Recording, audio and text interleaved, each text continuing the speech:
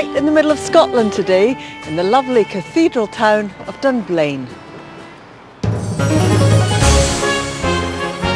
And in this week's programme, a unique school for the children of the military. How a cathedral helps you to pray. Hymns and songs from the Dunblane congregation and two very different choirs.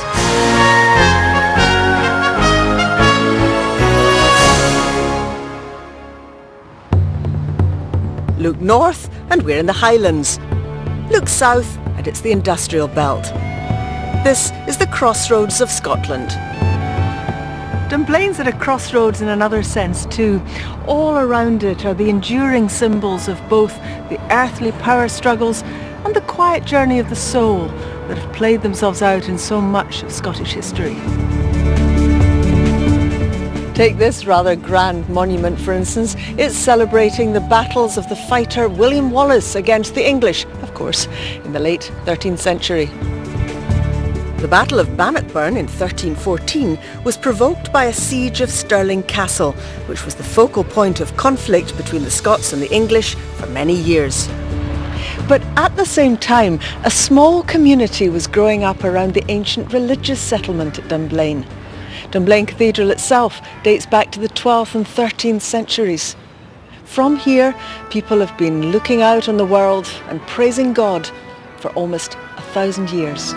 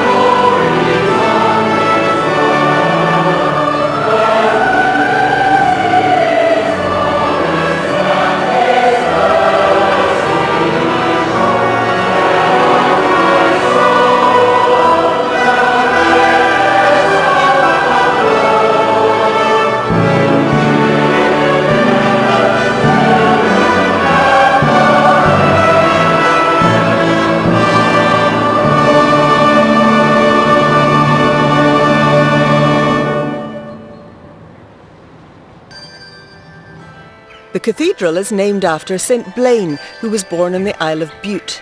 There's still clear evidence of an early settlement around the church on Bute, which bears his name. The stones in the cathedral all tell a story. These arches and pillars are testament to the 300 years of exposure to the elements when the nave had no roof. There are many stories told and memories honoured here, not least the pupils and teacher killed in the town's primary school in 1996, marked by this simple standing stone. And a century ago, when the cathedral was having a new set of windows made, the news that all lives had been lost in Captain Scott's Antarctic expedition was commemorated in stained glass. So this cathedral has long been a place of searching for meaning and for God in difficult times.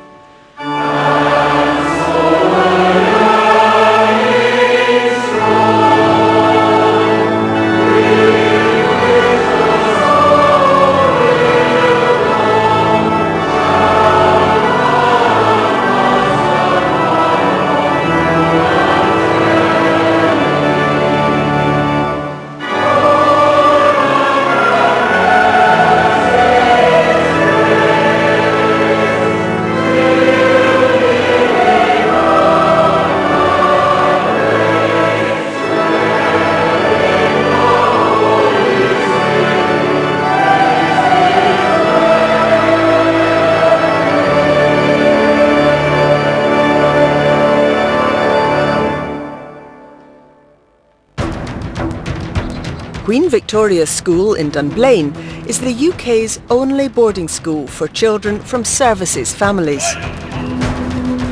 Built in memory of those who were killed in the Boer War, it was paid for by soldiers at the time, each giving a day's pay. The great thing that we provide for our families is stability and continuity of education for their children. Because if our families weren't sending their children to us, their children would be moving around with them. My parents move around every 2 years, so I keep on having to make new friends. Everyone comes from the same family, everyone's military organised, so everyone knows what everyone's like. You're all in the same boat. Well, it can be difficult at times. There's been situations where people's parents have been involved in something out there, and the school just all pulls together as one. It's really quite amazing to see how much everybody is just there for each other. It doesn't matter whether your dad's really far away or whether you just haven't seen him in a little while and he's just come back. You've all experienced the same sort of thing. It's the old story, if you've walked a mile in the person's shoes, it just makes it much more easy to be empathic, and that's what our children are with each other, and that's a great strength of our pupils. Well done, James.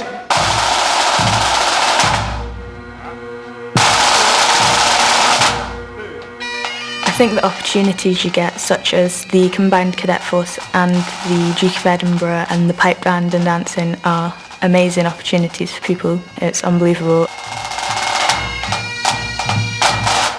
All our children come from a family where at least one member of the family is serving. So they all know what it's like.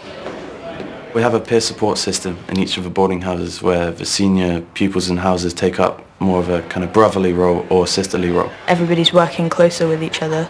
So the seniors will put the junior year groups to bed. So in that sense, it's more like the older sister and the younger brother sort of role model. The younger pupils are aware of who to talk to, and kind of our doors are always open, and you can just come have a chat with us. We'll talk about a few things. We're just here to, put a little comfort into their hearts. The children know that they can get access to email facilities and telephone facilities, so that if Dad's phoning from Afghanistan and it's going to be at 8:15 on Friday morning because that's his slot, then we make sure that the child can be in the office to take that phone call, because that's essentially so important for them to know that they can talk to Dad and that Dad's okay. When you leave a school, if you came in primary 7, you would have been with the same people for 7 years, so you know them pretty well. And you make friends really easily Because you're all in the same situation. always around people. The bonds that you make with people are really, I don't think you get that as a normal school, because you're here all the time with people and it really is a home from home. Sort of like a sleepover every night, because you're with your friends a lot. The friends that you meet here are your friends for life. It's basically your family for your time here.